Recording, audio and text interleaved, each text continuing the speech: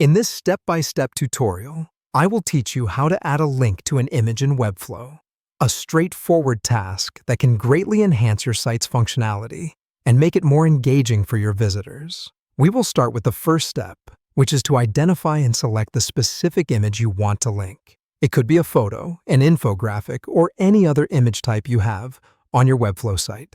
You simply need to click on this image to proceed to the next step. Once you have selected the image, you need to navigate to the Settings panel. The Settings panel in Webflow is typically located on the right-hand side of the screen. In this panel, you will locate and manage all settings concerning various elements on your site. So go ahead and open this panel to commence the process of adding a link to your image. Next, you are required to find something called Link Settings. With the Settings panel already open, you will have to scroll down to locate this section.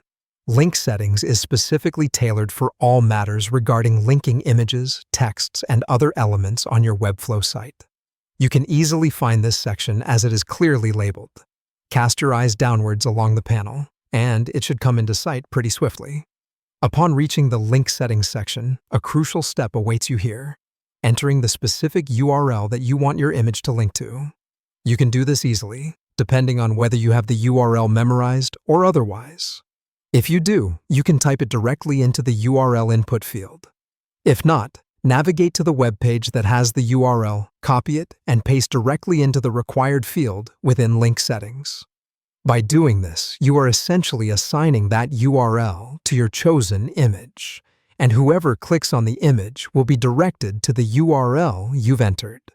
The fifth and final step in this process is to publish your changes.